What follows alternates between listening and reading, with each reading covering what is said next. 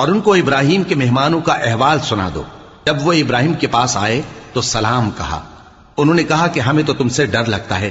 مہمانوں نے کہا کہ ڈریے نہیں، ہم آپ کو ایک دانشمند لڑکے کی خوشخبری دیتے ہیں۔ وہ بولے کہ جب مجھے بڑھاپے نے آ پکڑا تو تم خوشخبری دینے لگے، اب کاہے کی خوشخبری دیتے ہو؟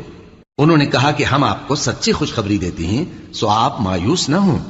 ابراہیم نے کہا کہ اللہ کی رحمت سے مایوس ہونا تو گمراہوں کا کام ہے۔ پھر کہنے لگے کہ فرشتوں، تمہارا اصل کام کیا ہے؟ انہوں نے کہا کہ ہم ایک گناہگار قوم کی طرف بھیجے گئے ہیں کہ اس کو عذاب کریں، مگر لوط کے گھر والے کہ ان سب کو ہم بچا لیں گے، البتہ ان کی بیوی کہ اس کے لیے ہم نے ٹھہرا دیا ہے کہ وہ پیچھے رہ جائے گی۔ پھر جب فرشتے لوط کے گھر آئے تو انہوں نے کہا کہ تم تو ناآشنا سے لوگ ہو۔ وہ بولے کہ نہیں، بلکہ ہم آپ کے پاس وہ چیز لے کر آئے ہیں جس میں لوگ شک کرتے تھے، اور ہم آپ کے پاس یقینی بات لے کر آئے ہیں اور ہم سچ کہتے ہیں۔ تو آپ کچھ رات